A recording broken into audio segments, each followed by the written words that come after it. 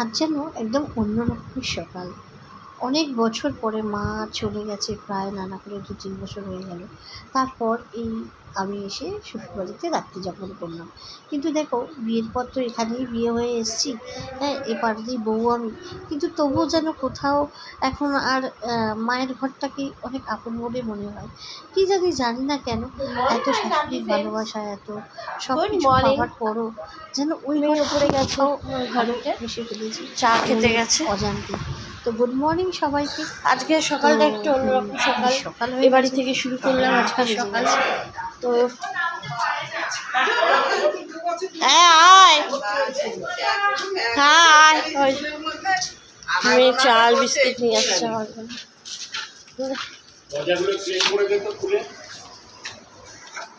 চা আর বিস্কিট হ্যাঁ খুলে দিয়েছি দাদা, সব খুলে দিয়েছি।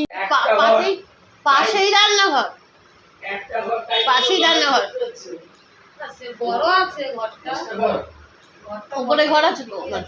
আমার নিজের ঘর তো এটা দুটো ঘর ছিল, দুটো ঘরকে একটা ঘর করা, দুটো ঘরকে একটা ঘর, এটা একটা ঘর ছিল, আমার উপরেও তো ঘর আছে, মানে আমার উপর দুটো, তার উপর দুটো, ওইদিকে একটা শাশুড়ি ঘর, একটা আমার ঘর, দুটো দুটো করে সব ফ্লোরে।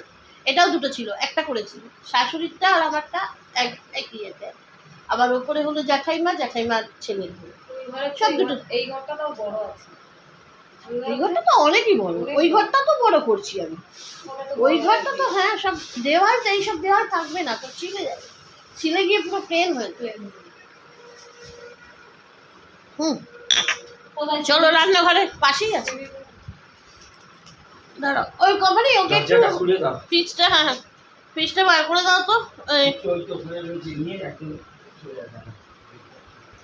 দাদা কোম্পানি কতদিন করি না, এসব ভুলে গেছি আমার ছয় না নাকি, বলছি কতদিন রান্না বান্না করি না, সব ভুলে গেছি মা, জানো রান্নাঘর ভুলে গেছি, কতদিন রান্না বান্না করি না, সব ভুলে গেছি। হ্যাঁ বলো। আরে গ্যাসটা লাগবে, আমার গ্যাসটা শেষ হয়ে গেছে, 7 দিন ধরে গ্যাস দিচ্ছে না, মানে গ্যাসের গাড়ি আসেনি। গ্যাস তো তুই ও বাড়ি এখন নিচ্ছিস না, ও বাড়িতেই নেবো, ও বাড়িতে নিচ্ছি না, গ্যাস আসলে পরে তারপর তো নেবো আমি। গ্যাস চেঞ্জ করবি কেন? করো। আর এইসব কথা হতে হতেই সুকন্যাকে বললাম ঘরটা ভালো করে মুছে দাও, এখানে থাকা বসা, সন্ধ্যে দেবো তো, একদম পরিষ্কার করে পুছে দিয়েছে। কোথাও এতটুকু ময়লা নেই। এখন ওপরে দাদা চিল্লাচ্ছে, আর বেশ এই তরকারি হয়ে গেছে ওপরে, হ্যাঁ প্রচুর ব্যাস তাহলে আমি নিয়ে চলে আসবো। পাথরে প্রচুর ঠান্ডা। আর এই হলো আমার বাড়ি, যেমন মেলা কাঁচা কিছু এখানে মাসি সব মেলে দু জায়গা করে আমার লোক লাগানো। আর এইসব চিন্তা আমাকে সত্যি জীবনে আর করতে হয়নি। আর এই দেখো আমার বাড়ির কাজ, কতটা কি অবস্থা গো বাবা, করে দিয়েছে, কি অবস্থা হয়ে গেছে, যে ভেঙে চুরে তো একদম সাফা করে দিয়েছো। এই ঘরে মায়ের কত ভালোবাসা, আদর, স্নেহ, বিয়ে সব কিছুই হয়েছে। তো আজকে নতুন করে সব কিছু সমস্ত যেন কিছু পাল্টে যাচ্ছে।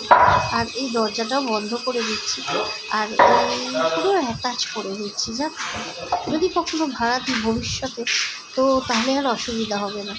এটা এত বড় বাথরুম আমার, জানো তো, তো ঘরের থেকেও বড় ছিল আমার বাথরুমটা, তো সেই জন্য খুব সুন্দর করে বাথরুমটা করছি। আর যদি কোনোদিন ভবিষ্যতে ভাড়া দিই তাহলে আর অসুবিধা হবে না, জানো। আর রান্নাঘরটাও তাই রকম সেপারেটই গুছিয়ে নেবার সময় তো গুছিয়ে তো নিতে হবে, বলো, বুড়ো বুড়িকে খেতেও হবে, কার কাছে হাত পাতবো বলো। মেয়ে জামাইকে আর বলা যায় না। আমি যেভাবে আমার লাইফস্টাইল কাটাই সেভাবে আমি ভিক্ষা করে বা দান করে, মানে দান চেয়ে বাঁচতে পারবো না। তো সব কিছু পরিস্থিতির কথা ভেবেই আজকে আমি এই পরিকল্পনাটা নিলাম। কারণ মেয়ের তো আর এসবের কোনো প্রয়োজন নেই, সেটা তোমরা জানো। তো এইটুকুই